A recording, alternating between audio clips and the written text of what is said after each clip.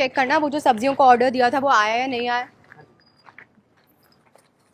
Ma'am मुझे राकेश ने बताया कि बचा हुआ सारा खाना फेंक दिया। हाँ तो हमारे कैफे में रोज नया खाना बनता है, हम पुराना खाना फेंक देते हैं। पर मैम ये इतना सारा खाना फेंक देना तो गलत बात है ना। लिसन शेफ, हमारे कैफे में पुराना खाना यूज नहीं होता है और अननेसेसरी स्टोरेज भी ब्लॉक होती है, तो इसलिए हम फेंक देते हैं। मैम अगर आपको कोई इशू ना हो तो ये खाना मैं अपने साथ ले जा सकता हूँ क्या? क्यों? ये सारा खाना तुम खाओगे? मैम मैं सोच रहा था कि जैसे ही कैफे बंद होगा पास में गरीब लोगों की बस्ती है, तो वहाँ मैं खाना बांट दूंगा। तुम्हें क्या लगता है रात के 11 बजे बस्ती के लोग वहाँ पर तुम्हारा इंतजार करेंगे कि कोई आएगा और उन्हें खाना देगा? हम बहुत से लोग तो वहाँ बिना कुछ खाए पिए ऐसे ही सो जाते हैं भूखे पे। अगर रात के 11 बजे तुम बस्ती में जाकर खाना बांटोगे तो सुबह यहाँ टाइम पर आकर कौन कैफे खोलेगा? मैम वो मैं आ जाऊंगा, मैं मैनेज कर लूंगा, सुबह कैफे में आ जाऊंगा। मैम जाकर ये खाना डस्टबिन में फेंक दो, ये खाना कोई नहीं खाएगा। मैम आप प्लीज समझने की कोशिश करिए, इस खाने के थ्रू हम उनकी हेल्प कर रहे हैं। देखो तुम्हें जो करना है ना वो तुम करो, बस मेरा टाइम वेस्ट मत करो और सुबह टाइम पर आकर कैफे खोलना। Get that? Now move.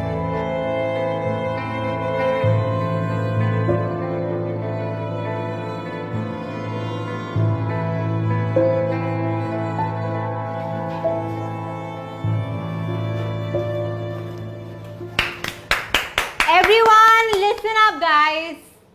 आज हमारे कैफे को 5 साल पूरे हो गए हैं, so a big applause to that.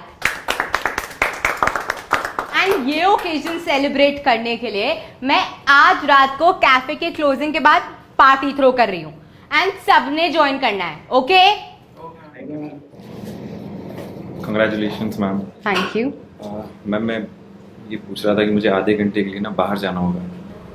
लेकिन क्यों? कैफे की तो क्लोजिंग हो जाएगी ना तब तक। हाँ मैम, पर मुझे वो बस्ती में खाना देने के लिए जाना होता है लोगों को। तुम पागल हो क्या?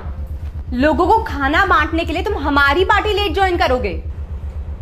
मैम मैं वहाँ रोज जाता हूँ तो लोग मेरा इंतजार कर रहे होते हैं। तुम एक दिन नहीं जाओगे ना तो किसी को कोई फर्क नहीं पड़ने वाला है, कोई नहीं इंतजार कर रहा होगा वहां पे तुम्हारा। मैम अगर एक इंसान भी वहाँ मेरा वेट कर रहा होगा ना तो उसके लिए मुझे वहाँ जाना ही पड़ेगा।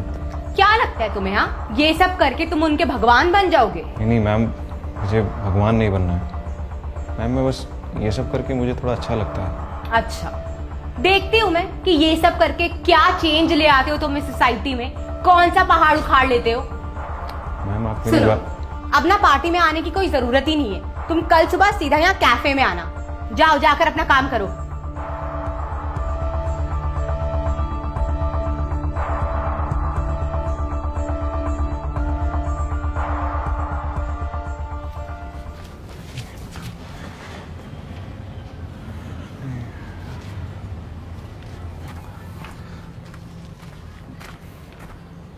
Ma'am I am so sorry, मैं आज लेट हो गया।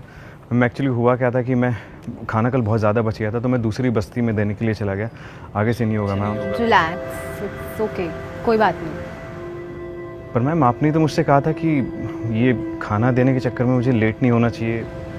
तुम टेंशन मत लो, मैं इस बात को समझ ही नहीं पाई और इसलिए मैं तुमसे माफ़ी भी मांगना चाहती हूँ।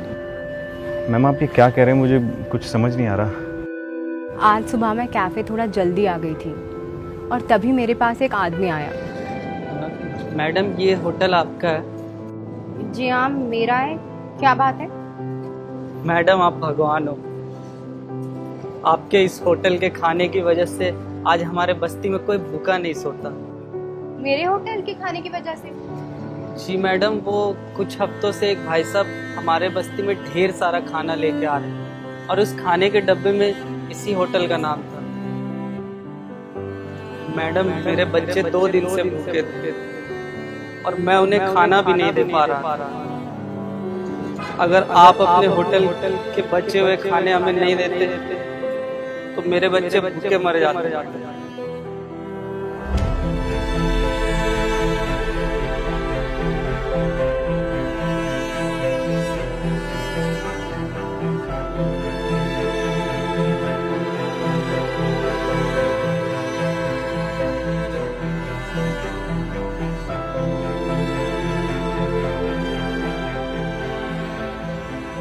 आपका बहुत बहुत शुक्रिया मैडम।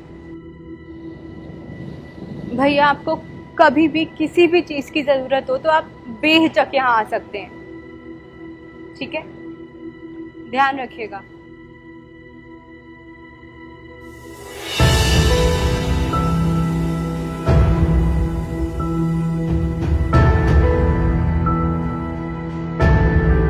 और तब मुझे पता लगा कि तुम्हारे इस खाना बांटने की वजह से तुम कितने लोगों की मदद कर रहे हो। मैम, जितना भी खाना बांटता हूँ उससे पूरी दुनिया के लोगों की भूख तो नहीं मिटती होगी, पर जितने भी लोगों को खाना मेरी वजह से मिल पाता है मेरे लिए वो बहुत है ma'am.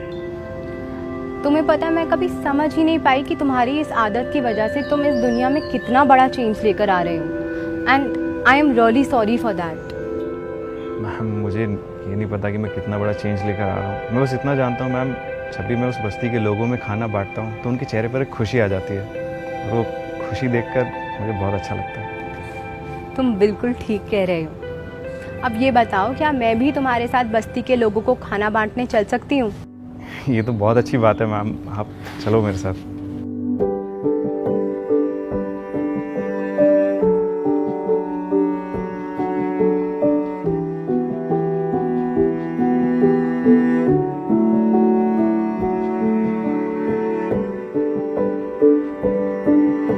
In this world where everything is revolving around money, there are few anonymous heroes who are doing welfare for the society, not thinking about whether it's going out in the public or not. This content is a salute to them. That's it for this story. See you next week. Khuda Hafiz and stay positive. If you are going through any psychological or relationship problem, then you can join our positivity group by the name of Nijo Positive. It's a community counseling group wherein you can submit your problems anonymously and people in the group will try to solve it or support you with positivity. The link is in the description below. Thank you. Bye-bye.